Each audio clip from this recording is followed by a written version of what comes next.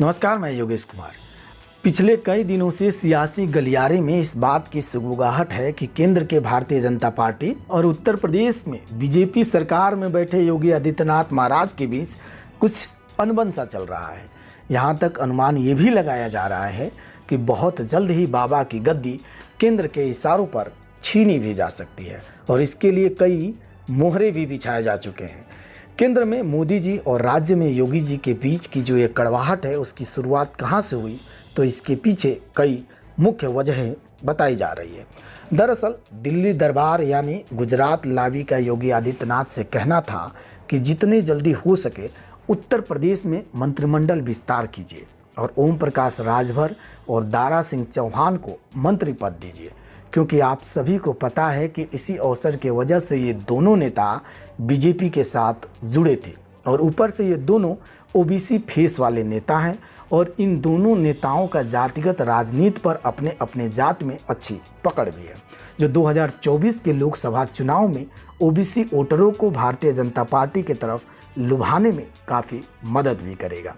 इसी तर्ज पर घोसी उपचुनाव में ओम प्रकाश राजभर को आजमाने के लिए बीजेपी ने उतारा भी था, पर दुर्भाग्यवश ओपी राजभर का सिक्का चल नहीं सका और घोसी सीट समाजवादी पार्टी के पल्ले में आ गिरा।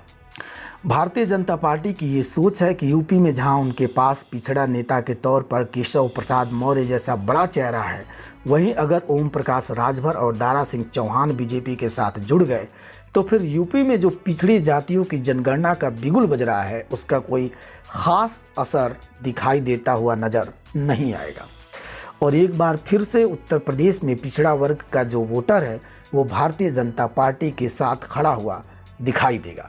राजनीतिक विशेषज्ञों का मानना है कि अगर उत्तर प्रदेश में जिस पार्टी का भी ओबीसी जातियों पर पकड़ रहा, उस पार्टी का जीत लगभग सुनिश्चित ही होगा। दरअसल इसके पीछे का मुख्य कारण यह है कि 1999 में कल्याण सिंह की सरकार जाने के बाद से भाजपा की जो राजनीतिक जमीन थी वो धीरे धीरे उत्तर प्रदेश में कमज़ोर हो चुका था और कांग्रेस गिने चुने जगह तक ही सिमट गई थी। इसीलिए यूपी में सबसे ज़्यादा कंफ्यूज जो वोटर था वो था सवर्ण वोटर, क्योंकि सवर्ण वोटर के पास अपना कोई खुद का ऑप्शन था ही नहीं। या तो वो समाजवादी पार्टी के साथ जुड़ता या फिर बहुजन समाजवादी पार्टी के साथ। हुआ भी कुछ ऐसा ही था। 2002 में और 2007 में उत्तर प्रदेश विधानसभा चुनाव में सवर्ण जो वोटर थे वो सतीश मिश्रा के नेतृत्व में बीएसपी के साथ जुड़ते हुए नजर आए थे और उत्तर प्रदेश में लगातार 2 बार बहुजन समाज पार्टी की मुखिया सुश्री मायावती ने सरकार बनाई। पर 2012 में यही चाल मुलायम सिंह यादव ने चला कि 2012 के विधानसभा चुनाव में ज़्यादा से ज़्यादा सीटों पर समाजवादी पार्टी ने सवर्ण कैंडिडेट को अपने पार्टी के तरफ से उतारा और फिर सवर्ण वोटर समाजवादी पार्टी के साथ जुड़कर अखिलेश यादव की सरकार को बनाया। 2014 तक उत्तर प्रदेश में सवर्ण वोटर जिधर जाते थे, जीत उनकी ही तय मानी जाती थी, क्योंकि यूपी में दलित वोटर्स मायावती के साथ तो पिछड़ा वोटर समाजवादी पार्टी के साथ खड़ा हुआ नजर आता था। तो इस हाल में जिधर सवर्ण वोटर जाते थे, जीत उसी पार्टी की हो जाती थी। लेकिन 2014 में जब केंद्र सरकार में बीजेपी की सरकार आई और दिल्ली दरबार को यह अच्छे से पता है कि दिल्ली की गद्दी पे अगर राज करना है तो उसका रास्ता उत्तर प्रदेश से ही खुलता है, क्योंकि लोकसभा जो चुनाव होता है उसकी जो सीट होती है वो सबसे ज़्यादा उत्तर प्रदेश में है। जो भी पार्टी उत्तर प्रदेश से बढ़त बना लेती है उसकी जीत लगभग तय मानी जाती है। यही मुख्य वजह था कि प्रधानमंत्री नरेंद्र मोदी को भी गुजरात छोड़कर उत्तर प्रदेश के वाराणसी से गंगा पुत्र बनकर चुनाव लड़ना पड़ा था। केंद्र में 2014 में भाजपा सरकार बनने के बाद से भारतीय जनता पार्टी ने उत्तर प्रदेश में अपनी पार्टी में लगातार विस्तार किया। जो यूपी के सवर्ण वोटर यानी 1999 से लेकर 2014 तक बीएसपी या एसपी के साथ जुड़ती रहती थी, अब उसके लिए बीजेपी एक विकल्प बनकर तैयार हो चुका था।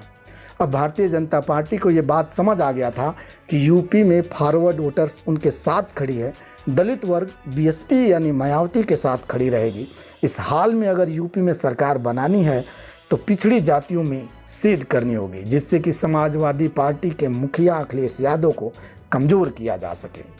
इसी राजनीति को समझते हुए यूपी में केशव प्रसाद मौर्य को पिछड़ा नेता के तौर पर लाया गया और ओबीसी वोटरों को बीजेपी की तरफ मिलाकर 2017 में भारी बहुमतों के साथ भारतीय जनता पार्टी चुनाव जीत जाती है।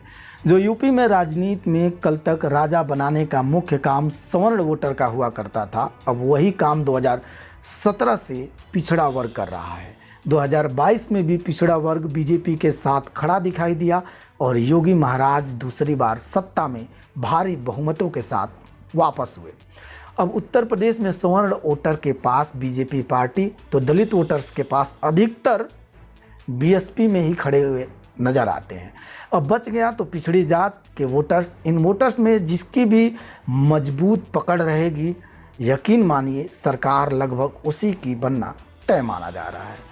ये उत्तर प्रदेश की मात्र एक जातीय राजनीति का पहलू है। इसके परे भी बहुत ऐसे समीकरण हैं जो सरकार बनाने में मुख्य योगदान निभाता है।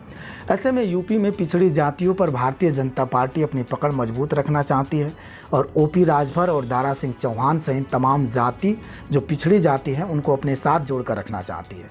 लेकिन यूपी सरकार के सिंहासन पर सवार बाबा योगी आदित्यनाथ ने केंद्र और गुजराती लाभी कमान के फरमान को कई महीनों से ठंडे बस्ते में रखकर दरकिनार कर दिया है।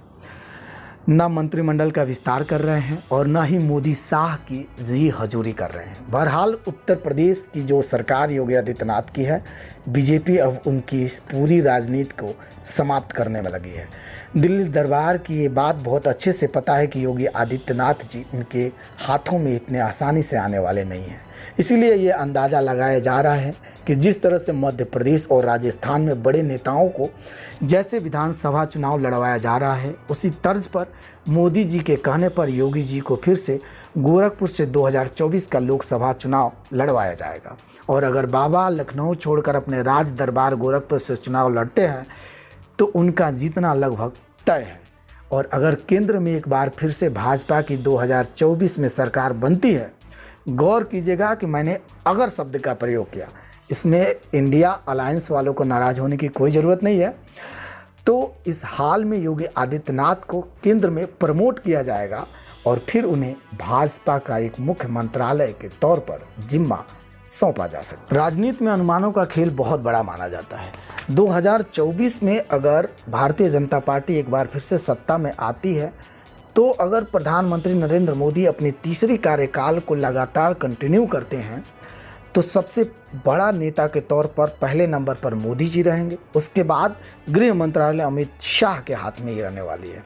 तो दूसरे नंबर के वो हो गए। तीसरे नंबर के जो बड़े नेता के तौर पर आएंगे वो राजनाथ सिंह रहेंगे, जो वो रक्षा मंत्रालय लेके चलेंगे।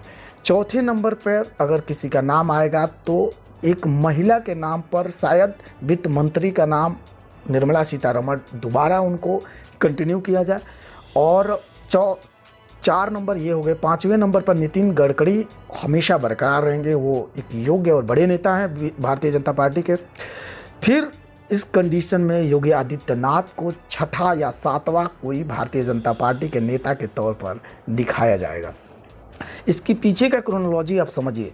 हो सकता है कि योगी आदित्यनाथ को कृषि मंत्रालय दिया जा सके, क्योंकि नरेंद्र सिंह जो तोमर हैं, अगर मध्य प्रदेश की चुनाव भारतीय जनता पार्टी विधानसभा का जीत जाती है, मध्य प्रदेश में भारतीय जनता पार्टी की सरकार बनती है, तो नरेंद्र सिंह तोमर को शायद वहाँ का मुख्यमंत्री का पद दिया जाए और मामू यानी शिवराज सिंह चौहान है उनको दरकिनार किया जाए। दरकिनार भले ना किया जाए, उनको भी शायद केंद्र की एक बार राजनीति करने का मौका दिया जाए।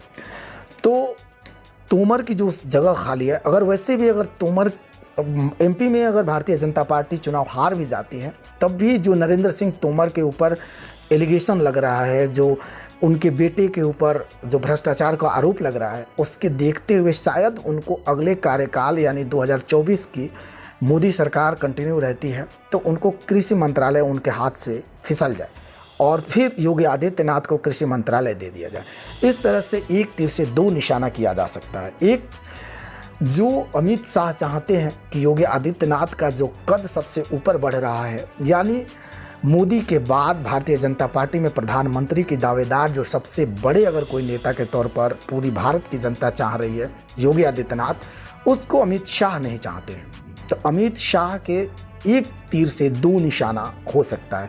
पहला निशाना ये कि योगी आदित्यनाथ को उत्तर प्रदेश की सिंहासन से हटाकर केशव प्रसाद मौर्य को, या फिर एक और नाम है जो मैं आपको आगे चल के बताऊंगा कि एक नाम और बहुत चर्चित नाम है तो हो सकता है वो भी नाम आए बहुत जल्दी। तो योगी आदित्यनाथ को केंद्र में लाया जाए, केंद्र में लाने से उनकी पद को यानी छठवां या सातवां नेता के तौर पर पेश किया जाए, और ये जो सेकेंड नाम भारतीय जनता पार्टी में मोदी के बाद योगी आ रहे हैं उनके कद को छोटा कर दिया जाए।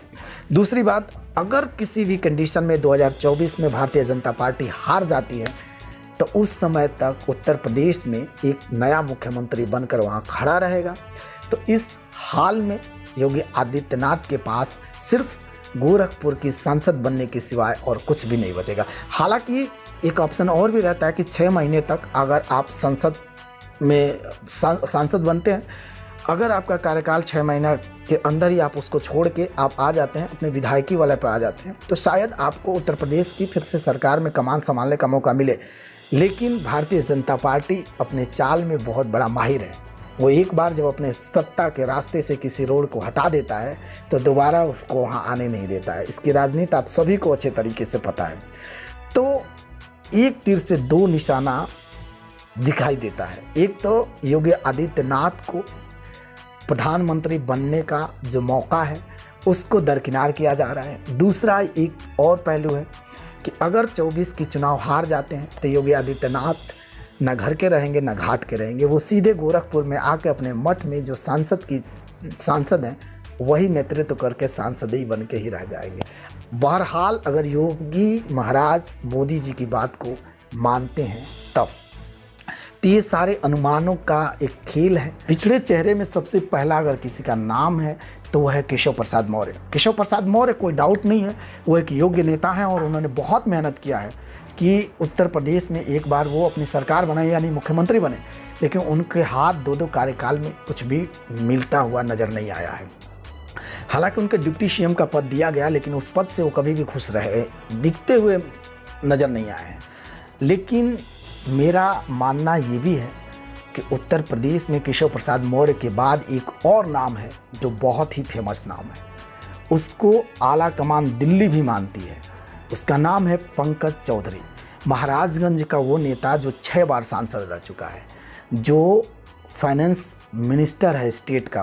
एक बार जब उत्तर प्रदेश में नरेंद्र मोदी जब दौरा करने के लिए गोरखपुर पहुंचे थे तो वो गोरखपुर के दौरे के बाद वो गोरखपुर के मठ में न जाकर यानी योगी आदित्यनाथ के दरबार न जाकर वो सीधे पंकज चौधरी के घर गए थे और पंकज चौधरी से काफ़ी घंटों बात किया था।